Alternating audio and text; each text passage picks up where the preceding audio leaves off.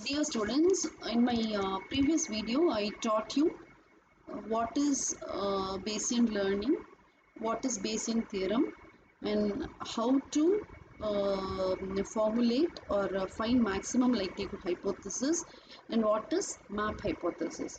So in this video, we are going to learn what is how Bayesian theorem can be applied to concept learning and find the best probable hypothesis. So again here the search is for the best probable hypothesis in the hypothesis space, but we are going to embed a Bayesian theorem and we are going to find the target with the in the concept learning. So the topic is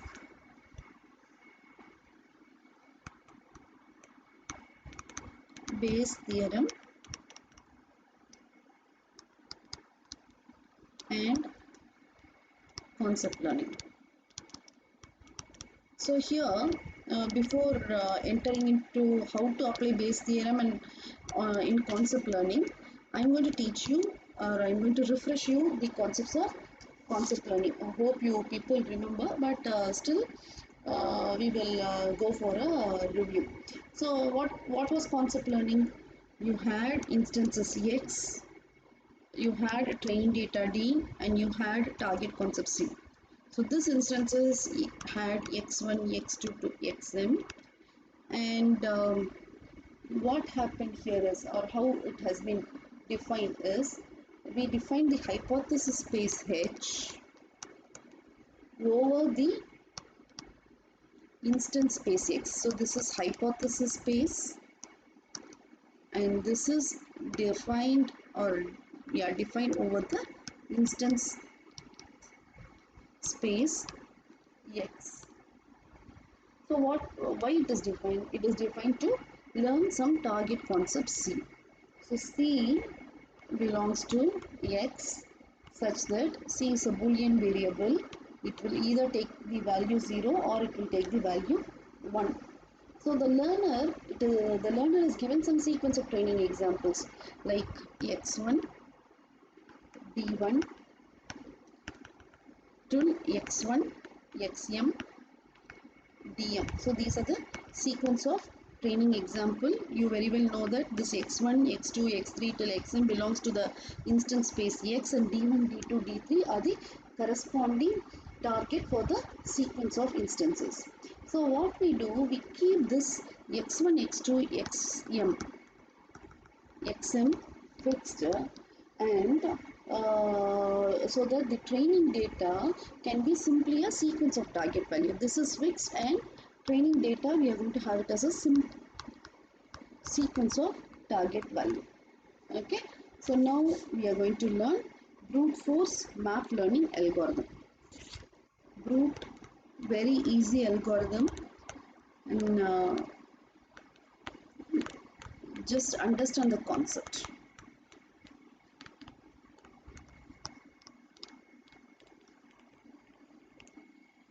So the algorithm goes like this.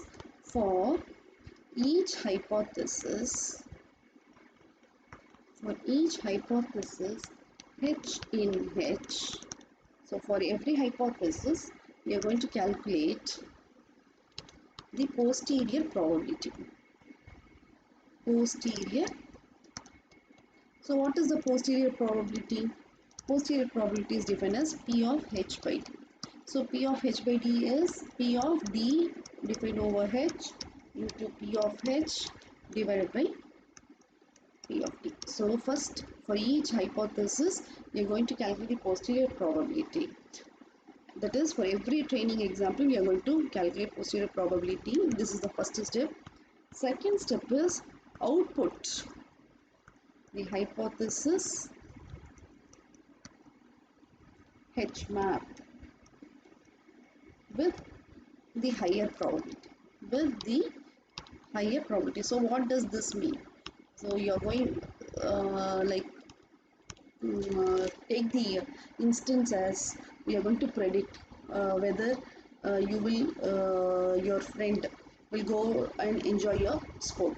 So your first case, your sky is sunny, air temperature is normal, humidity is normal, wind is strong, water is cool, everything, and he will enjoy the sport.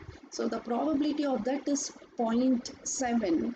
And take another instance where it is rainy, humidity is very high, and wind is also very strong, water is very cold. So if in this case if the probability is 0.2, obviously you'll go for the 0.7 probability. So that is the best probable or most favorable hypothesis. So this is what you're going to do. You're going to calculate.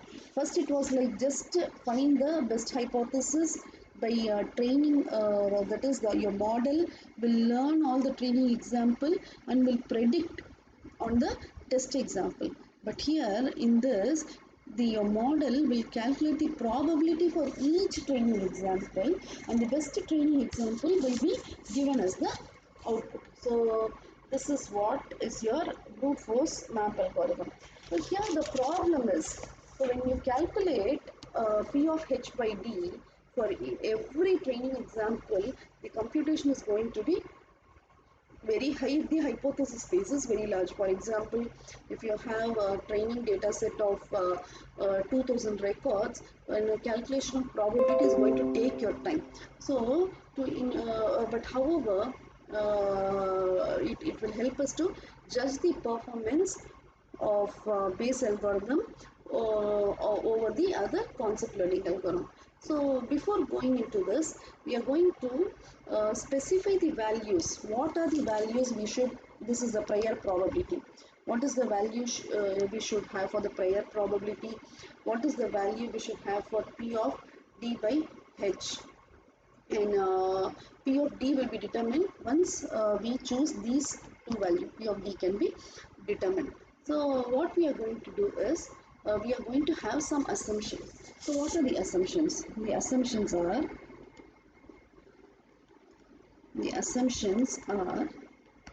the training data D is noise free. So what do you mean by noise free? Noise free is training data is equal to the target value. So you have correctly predicted.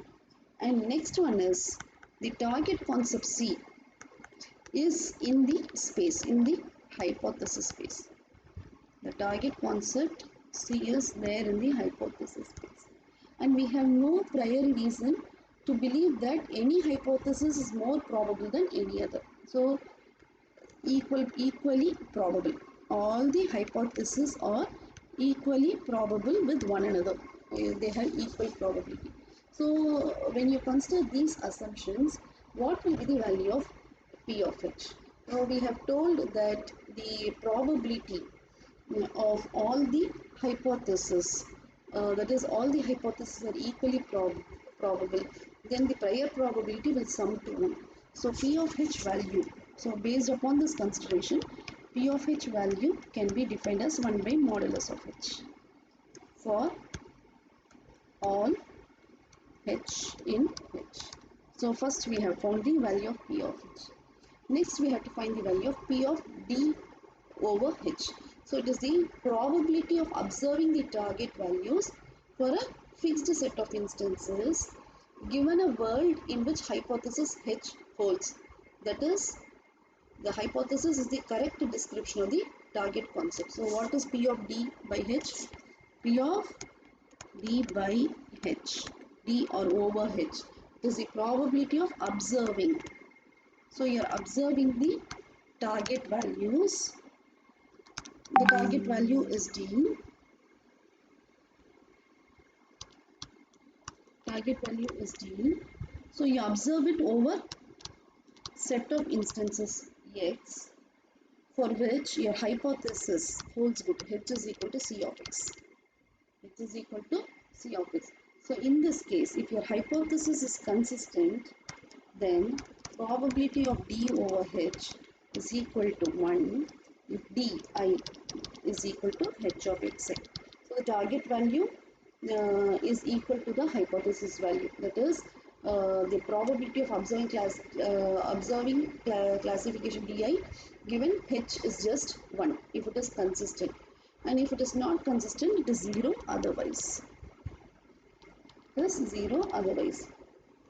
So Now we have found the value of P of H and P of D of H for the brute force map algorithm. Now let us consider the first step of the algorithm, that is how to calculate, how to use Bayes theorem to compute the posterior probability. So how to calculate it? So what is the posterior probability? Posterior probability is given by P of H over D is equal to P of D by H into P of H divided by P of D. So first let us consider the case of inconsistent. When, okay, let me write here. First case, hypothesis H is inconsistent.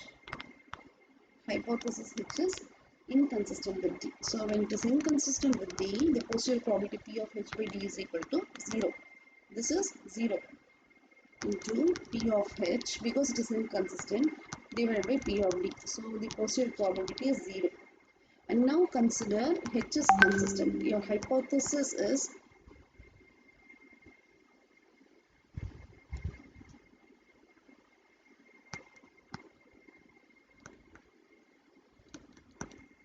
H is consistent. So when H is consistent, yeah, P of H by D is equal to 1 into P of H divided by P of D. And what is the value of P of H? P of H is 1 by modulus of H. P of H is, sorry, what is P of H? 1 in, this is P of D by H is 1 and P of H is 1 divided by modulus of H divided by P of D. Okay, so next is the calculation of the probability of your training set. So this probability of training set, so how many data is there? So to calculate that, this 1 into 1 divided by modulus of H divided by this P of D, we are going to write it as version space. We are going to write it as version space of H comma D. H comma D is version space, will contain both the hypothesis and the training data divided by modulus of H. So what happens here? You have a modulus of H, here you have modulus of H, both will get cancelled, and P of the posterior probability P of H by D is equal to 1 divided by modulus of version space of H comma D. So this Vs of H comma D, it is a subset of hypothesis from H. So it is a subset of H. So, and which is consistent with D. Which is consistent with D. Okay. So it is easy to verify. Now you can also verify how it is inversely proportional to 1 by version space of H comma D. I'll tell you that. So P of D, I can write it as summation of H belongs to H, P of D by Hi. Hi is a particular hypothesis into P of Hi. So summation of H belongs to H. P of Hi is, if it is consistent, then this is 1 into 1 by modulus H. If it is inconsistent, that is, this H also belongs to the version space of H comma D. And here also the H belongs to, if it doesn't belong to version space of H comma D. If it doesn't belong, it is inconsistent. Divided by 1 by modulus of H. So this becomes totally 0. So what happens here? Here it goes like this. Hi belongs to version space of H comma D.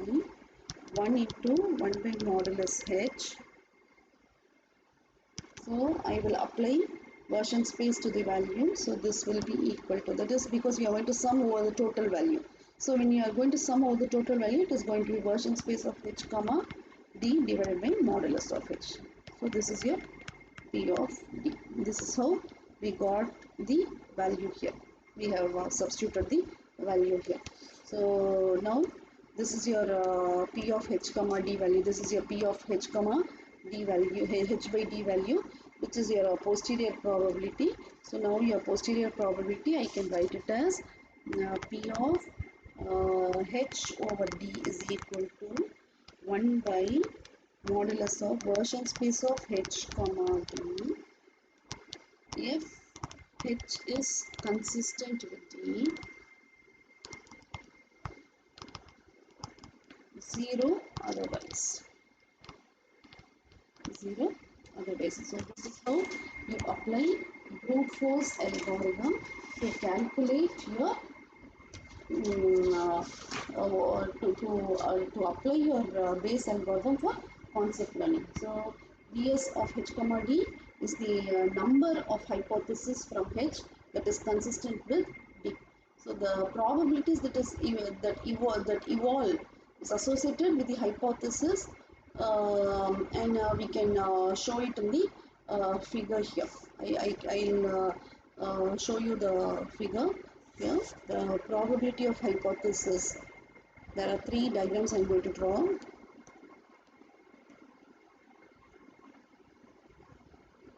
So this is your hypothesis. And this is your P of H. Next one is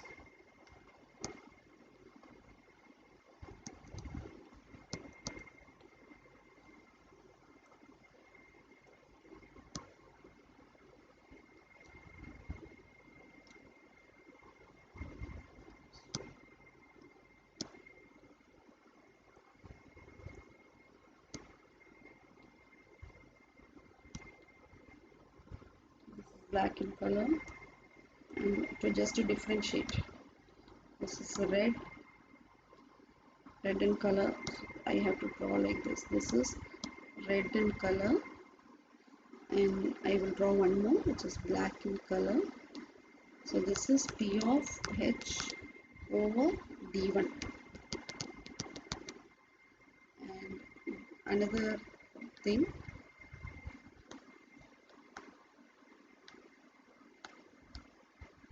this is P of H over D1 comma D2. P of H over D1 comma D2. So what all these diagrams show you is the first diagram. The first diagram shows the probabilities associated with the hypothesis. Okay, so in this, all the hypotheses have the same probability.